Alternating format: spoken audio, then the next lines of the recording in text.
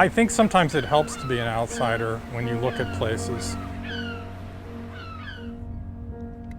Brian Rose is known for his images of architecture and for his photo books on the Lower East Side, the World Trade Center, and Berlin, before and after the wall.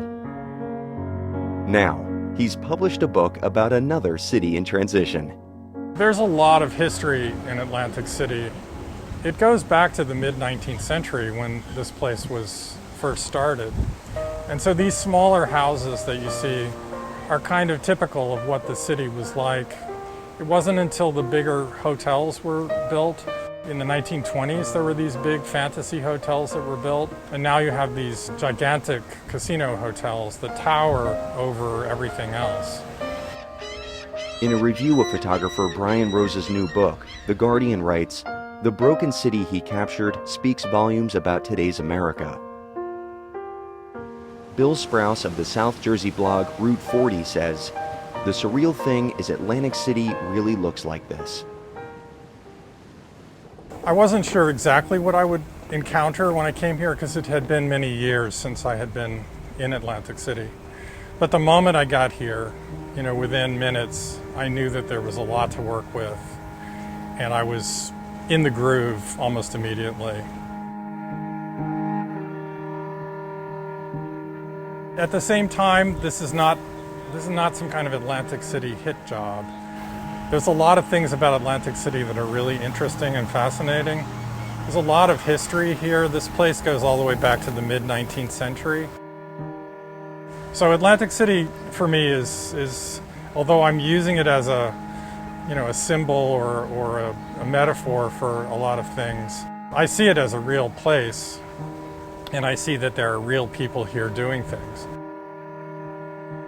I don't know why it's called White House. It's a really authentic New Jersey sub shop.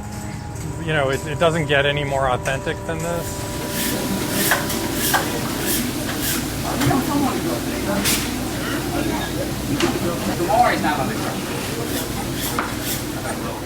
The most jarring thing that you see in Atlantic City is the juxtaposition between the older, fine-grained urban landscape and the new mega-sized casinos.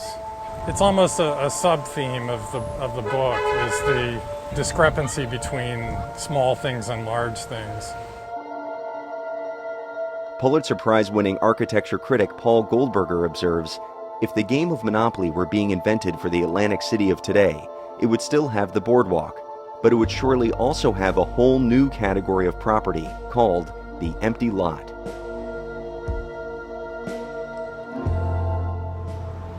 So this is just one of these places in Atlantic City that it shows how strange a place this is.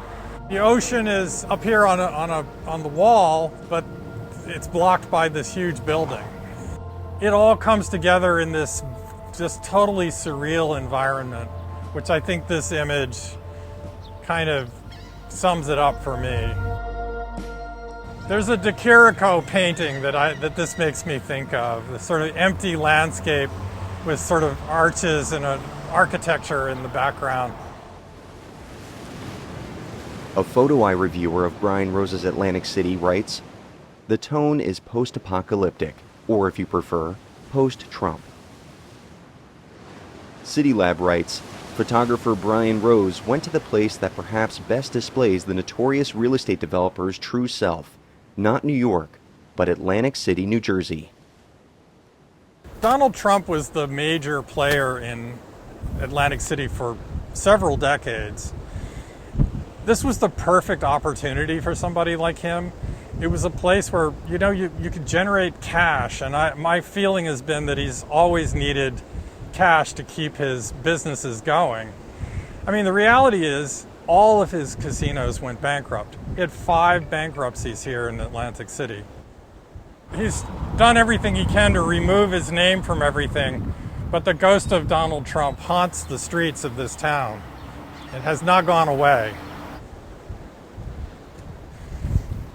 One of the pictures that I really like the most is one of the Trump Taj Mahal. when it was closed and before they started to strip all of the Trump branding off of it. And in the foreground is a line of dunes that's protecting the boardwalk and the casino. But this is after a storm and the dunes had partially washed away. It just illustrates how vulnerable this place is and how you have this, fantastical realm of Trumpness behind you, but it's just sitting on a sandbar on the ocean, and it's all potentially going to be washed away. So I want the pictures to have a certain open-endedness, that's not a closed kind of world, but one that allows for the viewer to bring his or her own viewpoints and experiences to the pictures.